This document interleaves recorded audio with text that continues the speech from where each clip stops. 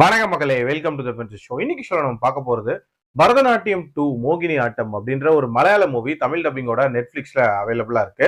Saji group, Suraj வெஞ்சரமுடு மற்றும் பலர் நடிச்சிருக்காங்க. ஹைடிங் எ கிரைம் அப்படின்ற மாதிரியான ஒரு டார்க் காமெடி த்ரில்லர் தான் இந்த படம். பார்ட் 1ஓட ஒரு சின்ன கிளிம்ஸோட இந்த கதை தொடங்குது. அதுக்கப்புறம் பார்ட் 2ல முழுக்க முழுக்க சாஜி குரூப்போட ஃபேமிலியை தான் ஃபோக்கஸ் பண்றாங்க. அவங்க அப்பாவோட இறப்புக்கு அப்புறமாட்டு அவங்களோட ஃபேமிலி மொத்தமும் ஸ்ரீகுண்டபுரத்துக்கு போறாங்க சில பல சடங்குகள் பண்ணலான்ட்டு.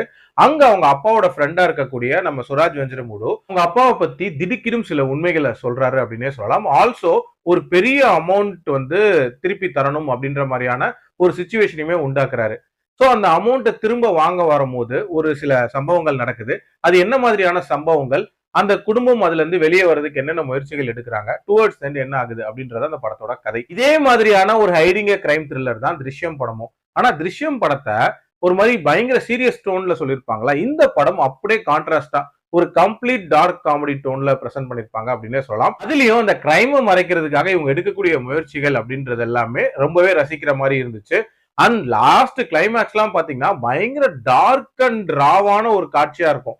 அதையுமே ஒரு லைட்டர் டோன்ல இதுல பிரசன்ட் பண்ணிருப்பாங்க. அதே மாதிரி இதுல கட்டுக்கதை அதை மையமா வச்சு பில்ட் பண்ணப்பட்ட கோயில்ன்ற மாதிரி ஒரு மாதிரி சென்சிட்டிவான ஒரு விஷயத்த ரொம்ப சர்காஸ்டிக்கா பிரசன்ட் பண்ணிட்டு போயிருப்பாங்க அப்படின்னே சொல்லலாம். அப்படிகளை பொறுத்த வரைக்கும் முக்காவாசி சிச்சுவேஷனல் ஹியூமர் தான்.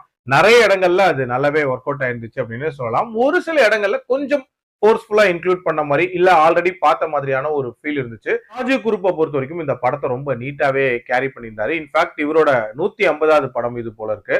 அண்ட் கிளைமேக்ஸ் அப்படின்றதும் ஒரு சின்ன ட்விஸ்டோட ரொம்ப நீட்டா முடிச்சிருப்பாங்க. ஓவரால் என்ன பொறுத்த வரைக்கும் ஃபேமிலியா டைம் பாஸ்க்கு பாக்குற மாதிரியான ஒரு காமெடி டிராமா. என்னோட ரேட்டிங் இந்த படத்துக்கு 3.1 out of 5. அகில் கண்டென்ட்லாம் பெருசா இல்ல, தாராளமா பார்க்கலாம். மீண்டும் அடுத்த விமர்சனத்தில் சந்திக்கிறேன். நன்றி, வணக்கம்.